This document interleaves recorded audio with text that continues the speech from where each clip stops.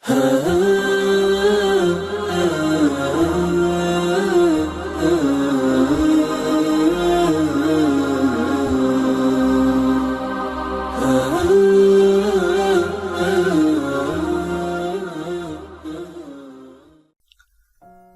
اللہ الرحمن الرحیم۔ اللہم صلی علی محمد وعلی آل محمد وبارک وسلم۔ بے حد و بے حساب درود و سلام حضور آقا کریم صلی اللہ علیہ وآلہ وسلم اور ان کی آل پر۔ السلام علیکم سامعین۔ حضرت امام جعفر صادق علیہ السلام سب سے بڑے سائنسدان اور انسان کی لمبی عمر کا راز۔ سامعین، موضوع شروع کرنے سے پہلے اگر ابھی تک آپ نے ہمارے چینل صرف سچ کو سبسکرائب نہیں کیا تو ہمارے چینل کو سبسکرائب کریں اور ساتھ دیے گئے بیل کے آئیکن پر ضرور کلک کریں تاکہ آپ کو آنے والی ہماری ہر نئی ویڈیو کا نوٹیفیکیشن اپڈیٹ ہو سکے۔ حضرت امام جعفر صادق علیہ السلام نے فرمایا، انسان اس لیے پیدا کیا گیا ہے کہ لمبی عمر گزارے۔ وہ اپنی عمر خود کم کرتا ہے اگر وہ اسلامی قوانین پر عمل کرے، ممنوع چیزوں سے دور رہے اور کھانے پینے میں قرآنی احکام کے مطابق عمل کرے تو لمبی عمر پائے گا۔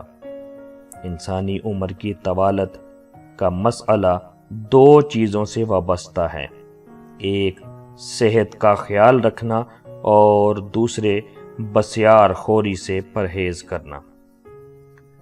سامعین، آج یورپی ممالک میں صحت کی بہتری کی وجہ سے دنیا میں آنے والے ہر بچے کی اوسط عمر 70 سال متوقع ہوئی ہے۔ اگر کینسر قابل علاج ہو جائے اور دل و دماغ کے دوروں اور خون کی مہلک بیماریوں پر قابو پا لیا جائے تو کیا انسان کی اوسط عمر بہت زیادہ بڑھ جائے گی؟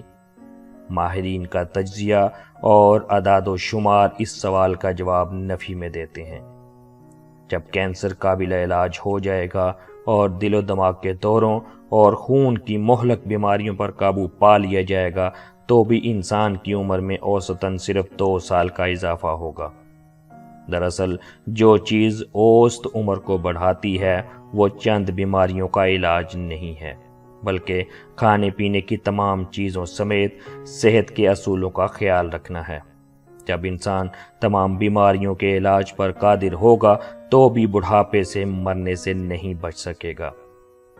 سامعین، انسانی تدبیر بڑھاپے پر قابو نہیں پا سکتی، البتہ اسے تاخیر میں ڈال سکتی ہے۔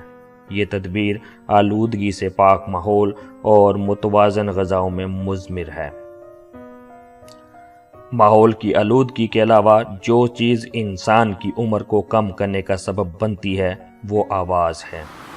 تیز، چبھنے والی اور خراش دار آوازوں کے اثرات بھی اسی قدر مضر اور نقصان دہ ہیں جس قدر آلودگی کے دوسرے محرکات ہیں۔ انسان یہ آوازیں سننے اور برداشت کرنے کا عادی تو ہو جاتا ہے، لیکن یہ آوازیں اس کے اعصاب کو نقصان پہنچاتی ہیں اور اس کی عمر میں کمی لاتی ہیں۔ جس طرح آکسیجن لوہے کو زنگ آلود کر دیتی ہے، اسی طرح تیز آوازیں انسان کے خلیات کو فرسودہ کر دیتی ہیں۔ یہی وجہ ہے کہ ترقی یافتہ ممالک میں اب آوازوں کو جذب کرنے والی دیواروں پر مشتمل گھروں اور دفتروں کی تعمیر پر زور دیا جاتا ہے۔ سامعین، غیر متوازن خوراک یعنی ان بیلنسڈ ڈائٹ بھی انسان کی عمر میں کمی لانے والے عوامل میں سے ایک ہے۔ دور جدید نے انسان کو ایسے طرز حیات کا عادی بنا دیا ہے جس میں زیادہ تر غیر فطری یعنی ان نیچرل غذاؤں کا استعمال رائج ہو چکا ہے۔ دنیا کے مختلف خطوں میں آج بھی ایسے لوگ پائے جاتے ہیں جو اچھی غذا کھاتے ہیں اور جسمانی سرگرمیوں میں مصروف رہتے ہیں، چنانچہ ان کی جوانی کی طاقت اوسطاً 80 یا 85 سال تک برقرار رہتی ہے۔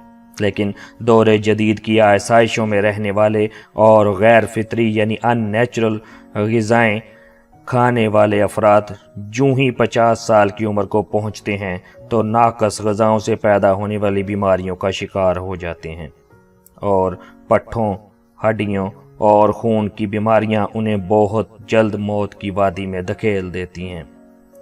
سامعین، ماہرین کا کہنا ہے کہ انسان کو لمبی عمر گزارنے اور ہمیشہ صحت مند رہنے کے لیے زیادہ تر نباتاتی غذائیں کھانی چاہیے، خصوصاً جوانی کے بعد چربی والے گوشت سے پرہیز کرنا چاہیے۔ 30 سال کی عمر کے بعد بہترین غذا سبزیاں اور پھل ہیں، لیکن مشاہدات آبزرویشنز ثابت کرتے ہیں کہ طوالت عمر یعنی عمر کے لمبے ہونے کے لیے ضروری نہیں ہے کہ انسان سبزیاں اور پھل ہی کھائے۔ آب و ہوا کے اپنے تقاضے ہوتے ہیں۔ کچھ علاقوں میں گوشت، مچھلی اور دودھ بھی طویل عمر کا سبب بنتے ہیں۔ مذکورہ عوامل اور اسباب کے پس منظر میں یہ تسلیم کیے بغیر چارہ نہیں ہے کہ امام علیہ السلام نے درست فرمایا تھا کہ انسان اس لیے پیدا کیا گیا ہے کہ لمبی عمر گزارے، وہ اپنی عمر خود کم کرتا ہے۔